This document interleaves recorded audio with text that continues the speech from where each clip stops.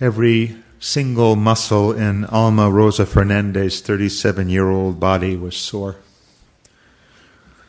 Alma, her husband Carlos, and their 3 children, Oscar, Alma, and Marcie, had left their rural home in the southern part of Guatemala 30 days earlier to make their way to the United States. They had traveled north to the border with Mexico, managed to cross over, and then had made the dangerous and arduous passage to the central part of that country until they were a mere 150 miles southwest of the United States border along the Rio Grande near Texas.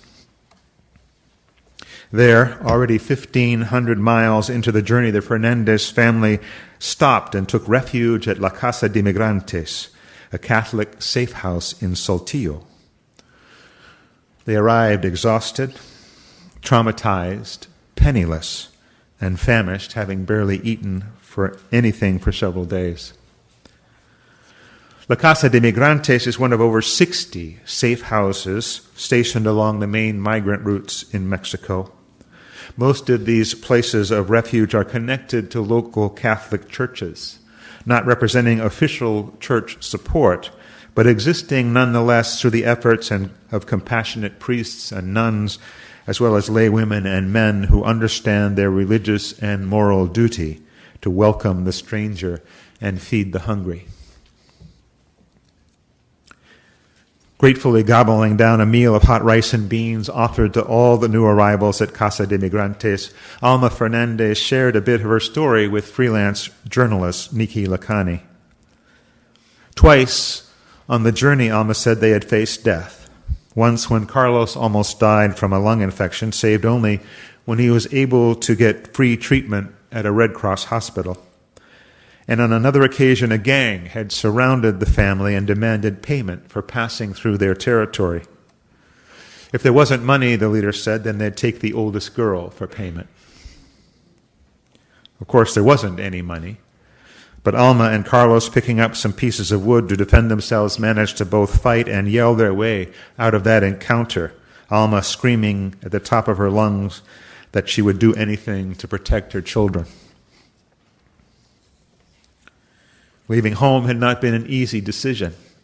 With very little opportunity for work and for feeding the family, for little hope of a reasonable future for their children in the unsettled economic and political environment of Guatemala, they couldn't see any other choices. Alma and Carlos also understood the perils they might face. Speaking with the journalist about the road ahead, Alma said, "We understand the risks of kidnap, murder, extortion, and rape. We knew this before we left Guatemala, but we have to try to make a better life for our children, and we believe God will take us to America safely." The Fernandez family stayed only 2 days at the safe house in Saltillo. They were determined to keep moving forward towards the border before practical considerations or fear could freeze them in place or turn them around. They left with their few possessions and not a single peso for food. More important, there wasn't a peso to pay the coyotes, who charge $1,000 to $2,500 per person to take people across. If they could make it to the border and avoid getting entangled with the cartels who control the crossings, they would be lucky and still have difficult terrain to navigate on their own. No one leaves home unless home is the mouth of a shark. On Friday this week, a caravan of close to 4,000 people arrived at the Mexican-Guatemalan border, and this morning many of them continue their efforts to cross into Mexico, either to seek asylum there or to continue on to the United States, despite the rhetoric that's coming from our nation. Most have traveled from Honduras, where government corruption, poverty, and violence make life in some areas intolerable. The idea of traveling within the relative safety of a large group of people spurred some to join the caravan who might not have made the attempt alone. Some have already turned back, having been exposed to early hardships and the difficult encounter Friday on the bridge at the Mexican border. Some have accepted government-sponsored transportation back to Honduras with offers for work and other aid when they get there. Others have jumped into the river that separates the two countries or have been lowered off the bridge and onto a makeshift inner tube raft in order to make their way around the official crossing point and continue their journey north. Many have the same determination of the Fernandez family who preceded them, feeling that there is no turning back, that the risks and the realities that might face them on the way and when they arrive can't be worse than what they have left behind. Early this morning, CNN reporter Bill Weir posted a conversation with Rosalind, another mother traveling with 3 children, all of whom had been lowered from the bridge late yesterday and had made their way to a shelter on the Mexican side of the border. He asked her why she had risked the river, and she told him that she had saved her money for a long time and sold everything she had to make this journey. "Don't you have a mother?" she asked in return. "Wouldn't she do the same for you?" You have to understand that no one puts their children in a boat unless water is safer than the land. For those of us who watch this drama play out from a distance, there is a sense of helplessness and foreboding. Whether something tragic happens there on the southern Mexican border in the next few days, or later on, if by chance many of the people make it to our southern border, we know the welcome here will be no welcome at all. We watch and we wonder what we can do, what, if anything, our responsibility may be, and as usual, the answer is not so easy. Catholic leaders and workers at the safe houses along the migrant routes in Mexico have a clear calling from Scripture and an immediate and meaningful response that they can offer to those in need. And so do we here in our neck of the woods.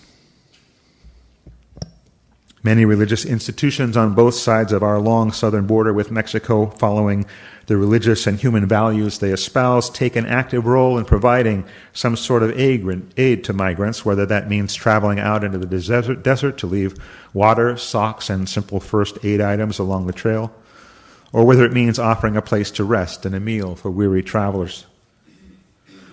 No Mas Muertes, or No More Deaths, is the multi-tiered ministry of our Unitarian Universalist congregation in Tucson. No Mas Muertes is dedicated to stopping the deaths of migrants in the desert and to the interfaith effort to enact a set of faith-based principles for immigration reform, which includes making family unity and reunification the cornerstone of U.S. immigration policy. On a national level, our Unitarian Universalist College of Social Justice has partnered with Raíces, a San Antonio-based center for immigrant education and legal services, and regularly provides that organization with volunteers fluent in Spanish and with some legal training to work with women asylum seekers at the nearby Carnes Detention Center.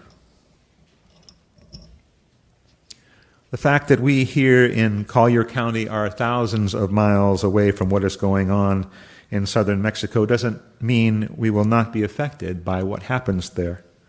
Florida has one of the largest populations of migrants, documented and undocumented, in the country, and Collier County hosts its fair share.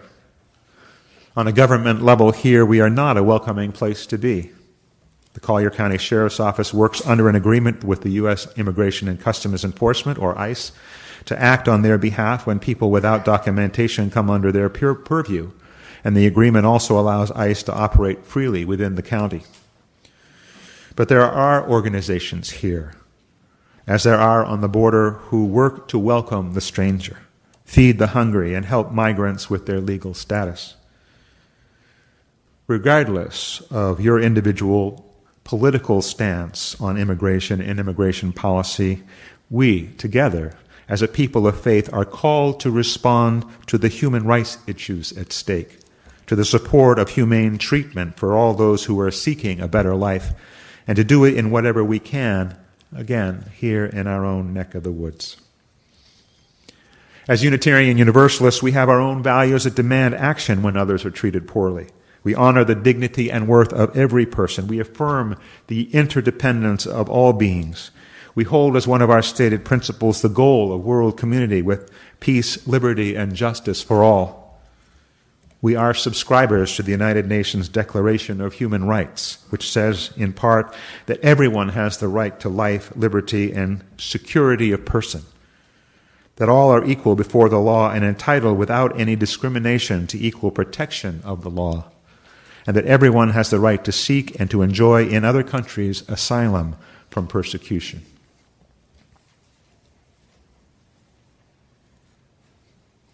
We are all strangers in one way or another. Most of us have experienced both the joy of feeling welcome and the hurt of rejection in a strange place. And personally, though we may offer glimpses now and again, there are parts of our inner life that we protect, each one of us. The pieces of ourselves that are most private and vulnerable, our deepest sorrows, our dearest hopes, things we find hard or dare not express for fear of how others will respond, or that those things will no longer be our own if once expressed. Every human being shares the need to hold some things close. We may be able to articulate them in our own minds, or we may experience them as vague yearnings, unconsidered, but they are still a part of us. We are all strangers in one way or another. And yet, when we walk through the doors of this refuge, this sanctuary, when we arrive at a place where we allow the words and the music, the sights and sounds of community, the spiritual sustenance of this place to enter and to fill those hidden places, to nurture them, to challenge them, to send us back out on our own journeys with courage and hope. When we stop and think about all this, then we realize how others feel. And it's almost as if the process is a validation of self being here, but self as something, as part of something bigger. Though we know in our hearts and minds that we are unique and different from the people sitting around us, we also know that their presence somehow makes us whole. Beyond a meal and a bed, that is what those safe houses in Mexico and places like the Southside Church in Tucson offer, a reminder that we are all fellow travelers, that in so many ways we are connected, that we must be each other's sustenance.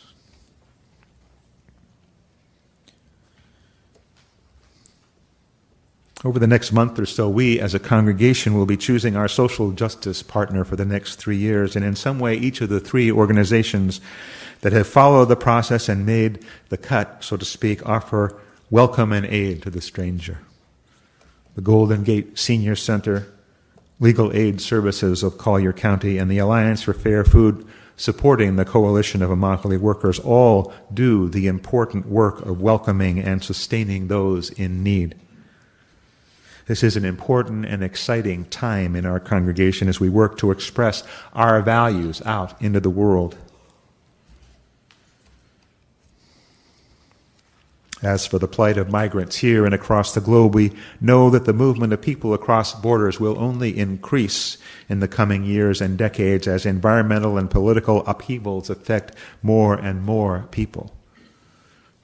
The United States will not be immune. The shortage of fresh water in the Southwest is already problematic, and at some point, of course, the growing population here in southern Florida will tax our water resources, even as we respond, perhaps, if we don't act now, to the rising sea level. Our response here, in this place, in this community, needs to be from the heart as well as from our minds. We need to be able to listen to the people we hope to serve and discover what their needs are and how we might meet those needs with our passion and our talents. And we, as an institution dedicated to human rights and social justice, need to continue to expand our own role in welcoming the stranger, feeding the hungry, and supporting each other as contributing members of a greater society. The work begins in welcoming the stranger within each of us, honoring and respecting one another, and it expands to our role as allies to all who suffer on the margins of our society. It is good work. It is important work. It is work that we can be proud of. Let us roll up our sleeves and get to it. So may it be.